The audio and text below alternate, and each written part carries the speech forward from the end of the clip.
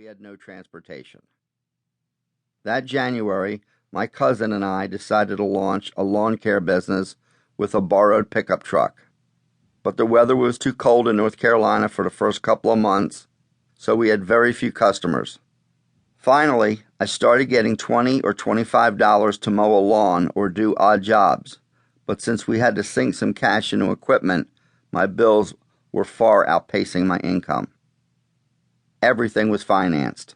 Our furniture, even our television set.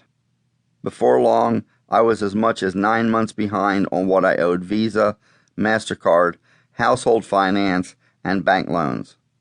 The pile of bills was growing higher and higher, and we owed everybody, including Pam's relatives. I'd write checks for my phone and electric bills and pray I could somehow cover them before they bounced. I had no credit, no car. I was buried in debt, barely keeping my head above water. In April 1984, our daughter Tara was born.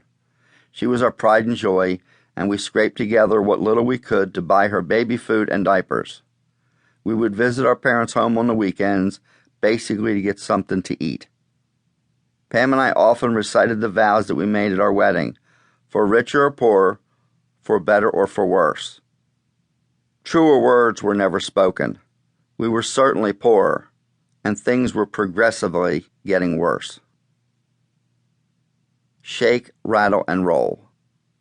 Pam's parents were fully aware of the financial crisis we were going through, and they looked for ways to help. They told me, "We have this old car on our farm that isn't working. If we get it up and running, you can use it." What a sight it was. The 1977 Mustang II, a 4-seat, 2-door with over 100,000 miles on the speedometer. It had been totaled twice and was sitting there with grass actually growing through the windows. It had no air conditioning and the seats were badly torn. I don't know how we managed, but we straightened out the frame and somehow got it repaired and licensed. It was painted primer gray, and there wasn't an ounce of gloss anywhere, just plenty of rust on the doors, the hood, and the fenders.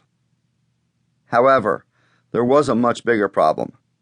When I would reach 55 miles an hour, the car would begin to shimmy and shake so violently that I thought I'd lose control of the vehicle. It felt like the wheels were literally coming off. But hey, at least it was transportation, so I just drove slower than I wanted to. Our small rented house had a 100-gallon kerosene heating tank. But at $1.50 a gallon, we could usually afford to feed it only about 5 gallons at a time. On cold nights, when the money ran out, so did the fuel. This happened more than once. One evening when I arrived home, it was so cold in the house that the water in the toilet was frozen solid and the dog's water bowl was frozen over too.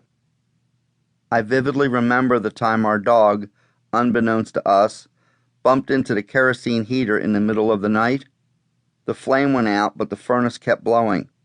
We woke up the next morning and the entire room was dusted black. I looked at Pam, and she had black soot smudged under her eyes and black in her nostrils. She glanced over at me, and I asked, "Do I look as funny as you do?" "Yes," she said, smiling. The curtains were black, the walls were black. Then the dog jumped up on our bed, and even the spots around his eyes weren't white anymore. In my mind's eye, I can still see that modest house.